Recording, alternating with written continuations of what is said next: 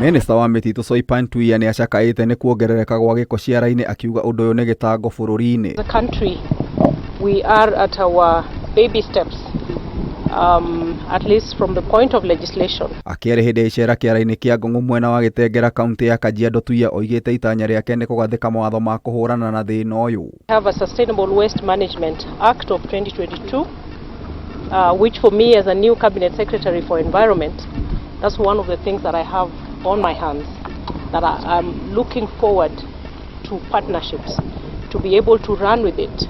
Ongereire uramati wa maria maturigicĩirie ugakinyanĩra ni unyitanĩri wa thirikari nene cia matura oro undu umwe na andu kiumbe. As a government, when it comes to waste management, when it comes to conserving our environment, we are talking about 3 P's: the people, the planet, and profit.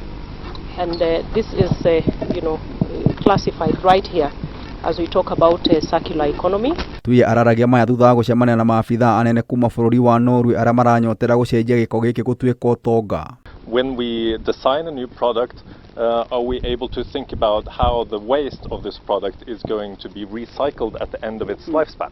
So that's really important, I think, and as Crown Princess Victoria said, we need all partners in order to pull together in the same direction there. This is an issue we have not solved. We need to work very hard, I think, in the future to figure out how to deal with this problem.